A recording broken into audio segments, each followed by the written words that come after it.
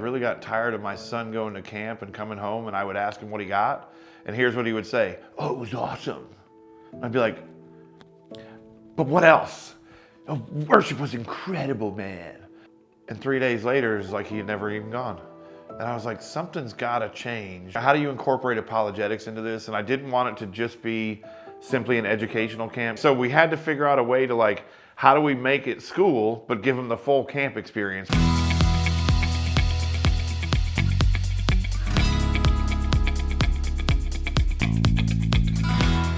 I feel like this camp was beyond like the emotional like campfire that you go through. It's like, it was actual like educational, like beyond just learning about the Bible. It was learning a different perspective on how we can defend our faith. Like, it was just a completely different ball game. It's not just a typical camp where you drop the kids off for a week and hope they just stay alive and do games all day. I've been to so many church camps, and I just gotta say, they don't cover the stuff that you do at this camp. I just want to thank you guys, because y'all have the courage to talk about things that are not easy to talk about and things that people don't want to hear. You know, we went to Centrifuge, all the different camps, and I'm not throwing any shade on it, but this one brought the culture in and was talked about as like they were adults. One of the things I love about Equip is the speakers are very accessible. They will talk to young people one-on-one if need be. They're approachable, they're around, they're at the camp. I've been in ministry a little bit, but I've never been at a camp as a leader where I felt not only are the leaders, Dave and your family and your team and your speakers, are equipping not just the students. You're equipping the leaders, you're equipping parents here. It's a game changer because the way that we approach it is during the day. We hit them 3 times during the day right up here. I mean, we're coming after their minds. We want to give them solid reasons to believe Christianity to be true, whether that's the Bible, whether it's Jesus, whether it's God, creation, all different facets of the Christian worldview. We want to give them reasons. But then at night, we switch it to more of an evangelical message where it's like, let me hit you in the heart. Let me tell you why all this matters. Let me tell you what you're supposed to do with it. This camp really changed me, and I can see that it's changed a lot of people. It's a life-changing experience. Life-changing, yes. It's really good. Yeah. I thank you so much for that opportunity to give these kids, you know, to change their lives, you know.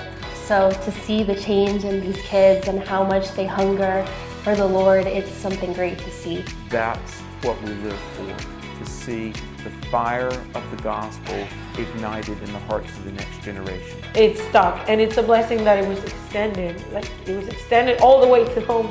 And it lasts. It's not like I come home from Equipped and I'm going back to like what I was before. The other camp was nice, it was great. But it was nothing like this one. This one had lasting effects. Yesterday, Carl's teaching. Today, I don't know, one big long day at this point. I think it was yesterday, he was teaching. And I had just looked at the schedule to see, okay, where are we going next? And it's zip line across the lake. It's a 60-foot giant swing.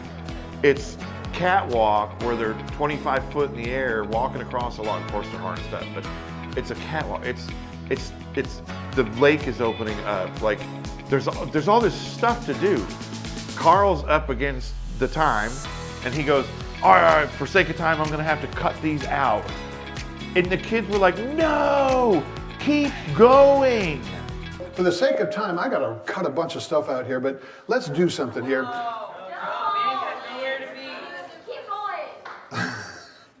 Anyone that's interested in donating to this cause, hands down, a fantastic organization to get involved with and to donate towards. Because if we don't invest in our youth here in America, what are we going to have for a country?